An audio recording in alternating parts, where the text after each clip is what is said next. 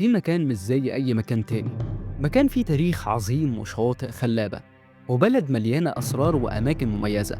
لو أنت من عشاق السفر، فاليونان هي المكان المثالي ليك. تابع معايا الفيديو علشان نكتشف مع بعض جمال اليونان بكل تفاصيلها، من الأساطير لحد الشواطئ الزرقاء، وهتعرف كل حاجة عن البلد الجميلة دي.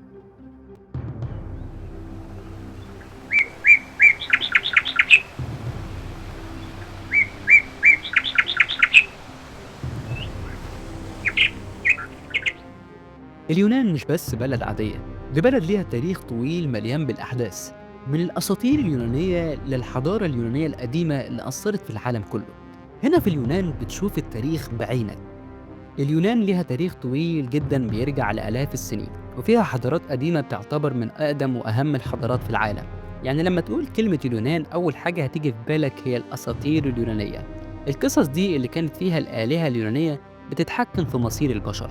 وكانت اليونان مقسمة لعدة دول أو مدن صغيرة، وكل مدينة كان ليها حاكمها الخاص، زي أثينا وسبارتا، واللي كل واحدة فيهم كانت معروفة بشخصيتها المميزة. مثلا أثينا كانت معروفة بالفن والثقافة والفلاسفة، أما سبارتا كانت مشهورة بالقوة العسكرية والتدريب القاسي. بعد ما مرت اليونان بمرحلة الدول المدن، دخلت في مرحلة تانية من التاريخ، واللي كانت مليانة حروب وتوسعات. مثلا في القرن الرابع الميلادي، الإسكندر الأكبر اللي كان ملك مقدونيا قاد جيشه الكبير وبدأ يفتح أراضي كتيرة جدا. كان هدفها إنه ينشر الثقافة اليونانية في كل مكان، ويفرض حكمه على معظم مناطق العالم المعروفة وقتها، ومن اليونان لحد الهند. لكن بعد وفاة الإسكندر الأكبر، بدأت الإمبراطورية تتفكك، واليونان دخلت تحت الحكم الإمبراطورية الرومانية في القرن الثاني قبل الميلاد، وبعدها دخلت تحت الحكم الإمبراطورية البيزنطية اللي كانت في الشرق. الإمبراطورية الرومانية، لكن رغم كل الحروب اللي مرت بيها اليونان، حافظت على ثقافتها وعراقتها، وكل مراحل في التاريخ مرت بيها كانت بتضيف حاجة جديدة لحضارتها العظيمة. لكن اليونان مش بس تاريخ، فيها عادات وتقاليد غريبة هتلاقيها هناك. في عيد البساكة، اليونانيين بيحتفلوا برقصة شعبية مميزة وبطعام لذيذ اسمه سوكيفي، الخروف المشوي بطريقة خاصة، مع طقوس دينية تجعل كل لحظة في العيد دي مليانة معاني تاريخية جميلة جدا.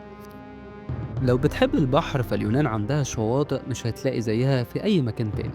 شواطئ رملية ومية زرقاء صافية هتخليك تحس إنك في جنة على الأرض. مهما كنت فين هتلاقي شاطئ يناسبك.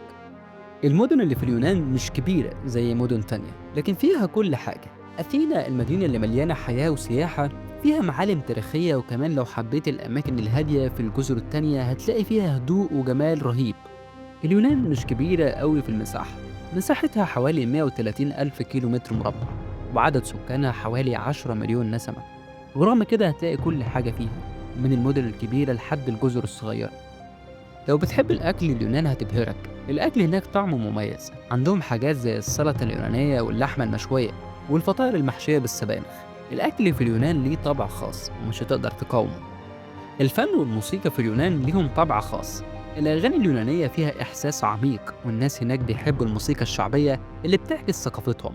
ولو بتحب الفن، فاليونان هي المكان اللي هتكتشف فيه حاجات جديدة. لو فكرت تزور اليونان هتلاقي كل حاجة بتدور عليها، من الشواطئ الجميلة لحد الأماكن التاريخية. اليونان فيها كل حاجة، سواء كنت بتحب التاريخ أو البحر أو الحياة الليلية. في النهاية، اليونان مش مجرد مكان سياحي، دي تجربة فريدة هتعيشها وسط الأماكن التاريخية، شواطئ خلابة وأكل لذيذ. ولو فكرت في السفر، فاليونان هتكون اختيارك الأنسب. البلد دي فيها كل حاجة تقدر تتمناها. شكرا لكم.